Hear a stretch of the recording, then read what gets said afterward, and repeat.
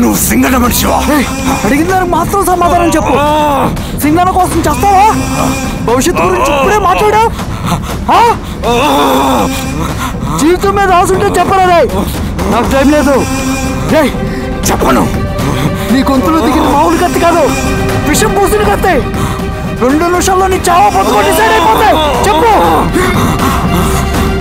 చెప్తాను. శ్రీనివాస లాడ్జిలో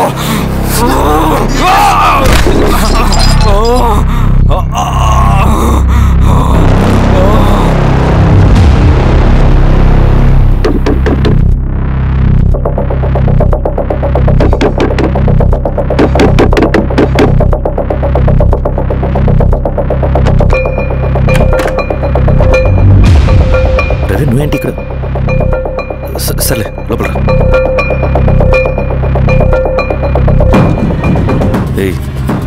ఏంట్రా ఇది?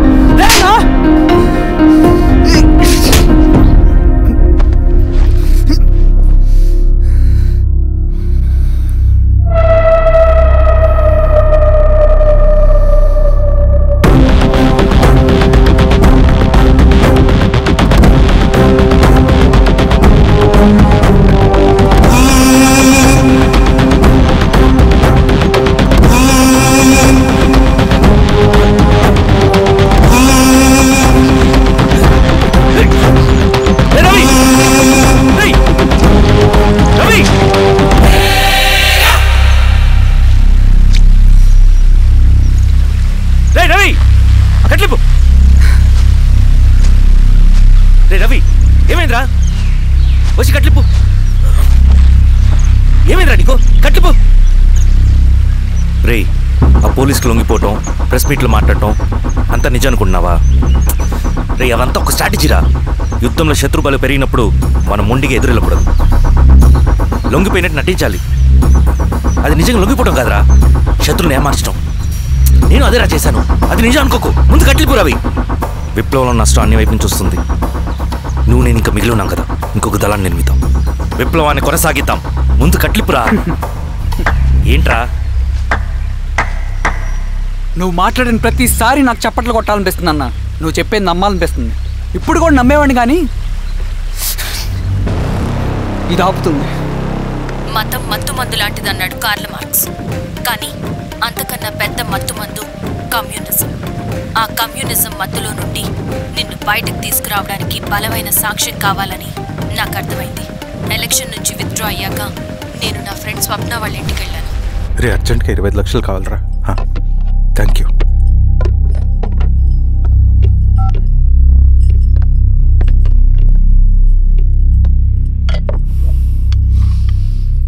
చాలు.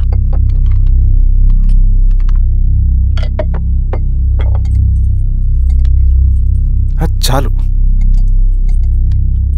చలో అని చెప్పాను కదా, అర్థం కాదే? ఏవండి ఏవండి, ఏమైంది స్వప్న? నేను గమనిస్తూనే ఉన్నాను, మీరు ప్రశాంతంగా లేరు. శిరీష, ఆయన బిజినెస్ చాలా ఇబ్బందిగా మారింది. బయట అప్పు తెచ్చి మరీ ఇన్వెస్ట్ చేశారు. వర్క్స్ అన్ని సగంలో ఆగిపోయాయి. కాంట్రాక్టర్స్ కి బాగానే మిగులుతాయి కదా. ఆయన ఏదీ క్లియర్గా చెప్పరు. నేను మాట్లాడినా డబ్బులైతే నేను హెల్ప్ చేస్తాను.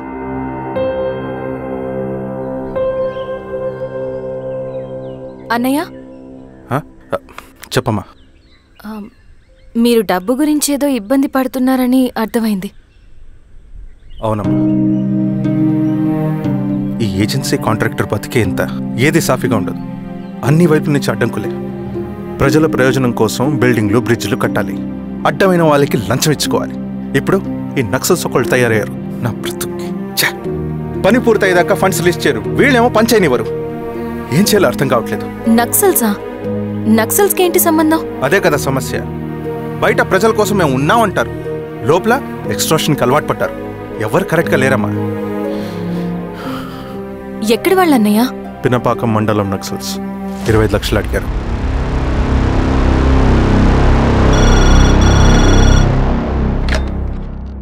హలో ధర్మ, ఆ సింగన్న దళం గురించి నీకు ముఖ్యమైన విషయం చెప్పాలి. సరే, ఓకే, బాయ్. నీతో పర్సనల్గా మాట్లాడాలి. బయటకెళ్ళు. చెప్పు. అన్నయ్య చనిపోయిన తర్వాత ఎలక్షన్స్ లో పోటీ చేసిన నన్ను సింగన్న దళం కిడ్నాప్ చేశారు. కానీ అక్కడ ఒక వ్యక్తిని చూశాను. ఆ వ్యక్తిని అన్నయ్య చనిపోయే ముందు తన దగ్గర డబ్బులు తీసుకోవడం గమనించాను. ఆ క్షణమే సింగన్న దళంపై నాకు అనుమానం వచ్చింది. I'll take care.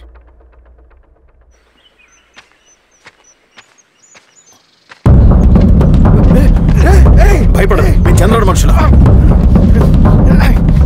నన్నేం చేయకండి. కూర్చోబెట్టండి. మీకు కావాల్సింది దీంట్లో ఉంది.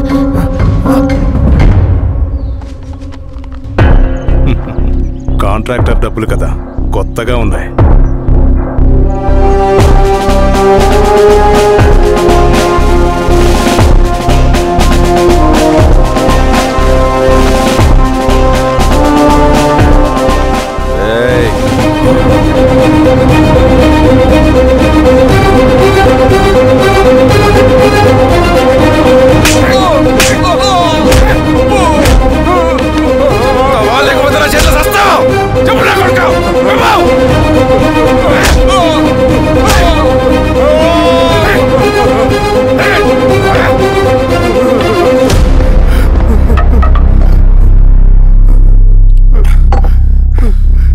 వీళ్ళ అన్న మీదున్న ప్రేమ అభిమానం ముందు మన పోలీస్ లాఠీలు ఓడిపోయాయి. చంద్రన్ ఎన్కౌంటర్ ఎలాగూ పోతాడు. కానీ విచిత్రం ఏంటంటే వాడి భార్య నర్సమ్మ, కూతురు మమత, కొడుకు నరేష్ మరో ఎన్కౌంటర్లో పోవడం చాలా బ్యాడ్ న్యూస్. చెప్పు శిరీష, ఏం చేయమంటావు? నువ్వు ఒక డెసిషన్ తీసుకున్న తర్వాత ఎవరి మాట వినవు కదా. హే దాస్ సార్, రేపు మార్నింగ్ న్యూస్ పేపర్ వద్దని చెప్పు. సరే సార్. తెలిసిన విషయం మళ్ళీ చదవాలంటే చాలా బోరింగ్. నేను చెప్తాను సార్, జరిగింది మొత్తం నేను చెప్తాను సార్. సింగన్న దగ్గర నేను 20 సంవత్సరాల నుంచి పనిచేస్తున్నాను సార్. పేదవాళ్ళ కోసం అన్న చేస్తున్న ఉద్యమంలో మేమందరం చాలా కష్టపడి పనిచేసేవాళ్ళం. కానీ ఒకరోజు నేను చెప్పినంత చెప్పి ఈశ్వర్ రెడ్డి దగ్గర 10 లక్షలు తీసుకురండి. దేనికన్నా ఇదంతా? దేనికేంటి? మొన్న ఆ కాంట్రాక్టర్ దగ్గర నుంచి, నిన్న బిల్డర్ దగ్గర నుంచి, ఈరోజు ఈశ్వర్ రెడ్డి దగ్గర నుంచి. అధికారం కోసం. డబ్బు ఉంటే అధికారం వస్తుంది, అధికారం ఉంటే డబ్బు వస్తుంది. నాకు రెండూ కావాలి. హిట్లర్ పెయింటర్ అవుదామని అకాడమీలో జాయిన్ అవ్వాలనుకున్నాడు. కానీ పనికిరాడని చెప్పి రిజెక్ట్ చేశారు. హిట్లర్ ఏం చేశాడు? నాజీ పార్టీ పెట్టి జూస్కి అగేన్స్ట్గా అందరినీ కూడగట్టి ప్రపంచాన్ని ఉనికిచ్చాడు. మొహమ్మద్ అలీ జిన్నా నేషనల్ కాంగ్రెస్ పార్టీలో ఎదగాలనుకున్నాడు.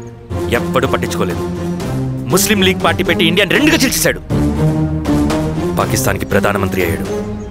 ప్రపంచంలో ఎక్కడైనా సరే 2 కులాలు, 2 మతాలు, 2 ప్రాంతాల మధ్య చిచ్చు పెడితే చాలు, అధికారం వెతుకుంటూ మన కాళ్ళ దగ్గరకు వస్తుంది. జమ్మూ అండ్ కాశ్మీర్ నుంచి మహారాష్ట్ర, గుజరాత్ ఎక్కడైనా సరే, ఎవరైనా సరే ఇదే గేమ్. నేను అంతే. ఒక మామూలు కార్యకర్తగా దళంలో చేరాను నేను. కానీ ఈరోజు న్యూస్ పేపర్లు అయినా సరే, జనాల్లో అయినా సరే, ఎక్కడైనా సరే ఒకే పేరు, Singanna, Singanna, Singanna. And I love that.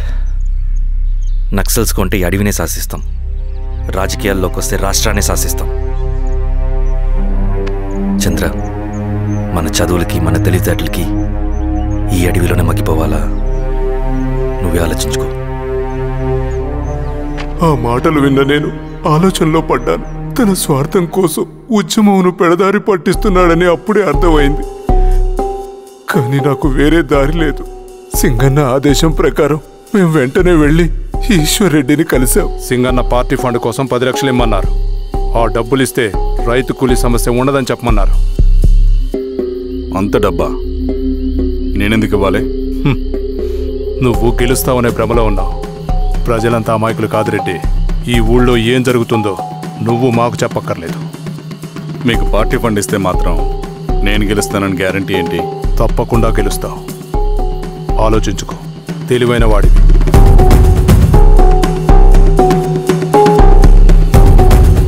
సరే,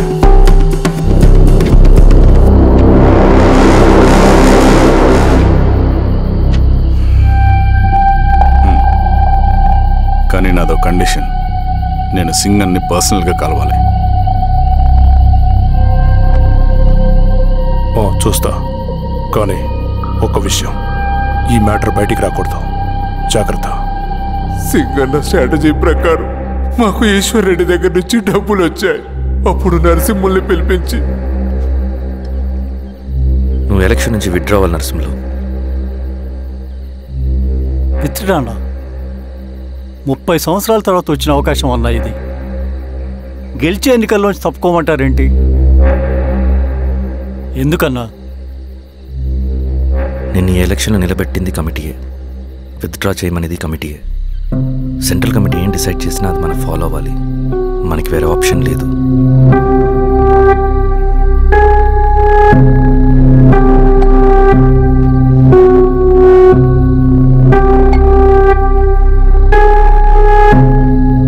నన్ను నమ్ముకుని చాలామంది ఉన్నారన్న. మీరు వద్దన్నా సరే నేను ఇండిపెండెంట్గా పోటీ చేస్తా. నీ పట్టుదల నాకు అర్థమైంది నరసింహులు. సెంట్రల్ కమిటీతో మరొకసారి నేను మాట్లాడతాను. కొంచెం వెచ్చి, తొందరపడద్దు. లాల్ సలాం. లాల్ సలాం. తన మాటకి ఎదురు చెప్పిన నరసింహుల్ని క్రూరంగా హత్య చేయించి ఆ హత్యను ఈశ్వర్ రెడ్డి చేయించాడని అందరినీ నమ్మించి ఆ తర్వాత ఈశ్వర్ రెడ్డిని కూడా. ఏంటి ఈశ్వర్ రెడ్డి గారు, కలుద్దామనుకున్నాం కానీ ఇలా కలుస్తామనుకోలేదు. ఏంటంత కోపం? ప్రజానాయకుడు నరసింహులు చంపినందుకు నీకు మరణదండనే. ఇంతకి నన్ను ఎందుకు కలుద్దామనుకున్నావు? నరసింహ చావుకి నాకు ఏ సంబంధం లేదు. నిన్ను కలిసి ఊరు సమస్యలు, ప్రజా సమస్యలు పరిష్కరించు. అడవికి సింహం రాజు, అడవైనా ఊరైనా ఈ సింగన్నే రాజు.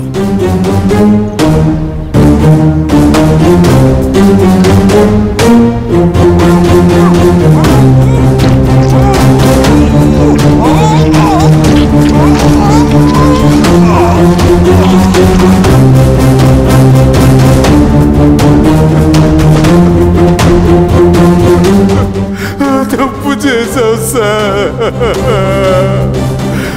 మొత్తం సింగన్నే చేశాడు. ఇంకా చెప్పాల్సింది ఏదైనా ఉందా? శిరీష ఆ రోజే చెప్పిందన్నా. ఇన్నాళ్ళ పోరాటంలో ఏం జరిగిందన్నా? ఏమీ లేదు. శిరీష వల్ల వాళ్ళ ఊర్లో రైతులకు భూములు వచ్చాయన్నా. నీ వల్ల చాగి అన్యాయంగా గొంతు కోసుకున్నాడన్నా. నరసింహులు, ఈశ్వర్ రెడ్డి, ఇంకెందరో అమాయకులు నీ అధికార దాహం వల్ల బలైపోయారు.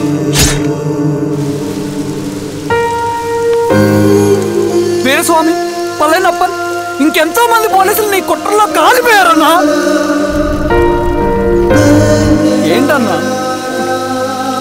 నీ వెనుకున్న పాపానికి మన దళ సభ్యులు ఎంతో మంది అమాయకులు చచ్చిపోయారు.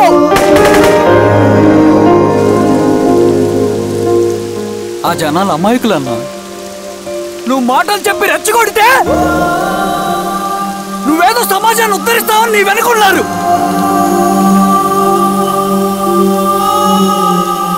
వాళ్ళకి కావాల్సింది కరప్షన్ లేని సమాజం.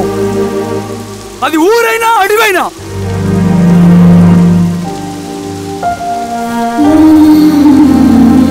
దేవతలాంటి అమ్మాయి అన్నా. బతికినంతకాలం అందరి జీవితాన్ని బాగు చేసిందన్నా.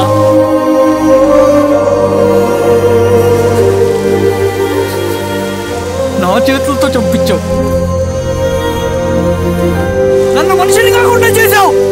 జెండా అడ్డు పెట్టుకుని చేస్తున్న దురాఘాతాలు, ఈ సిద్ధాంతపు ముసుగులో జరుగుతున్న హింస, దోపిడీ, మోసం అన్నీ ఆగాలి, ఆగిపోవాలి.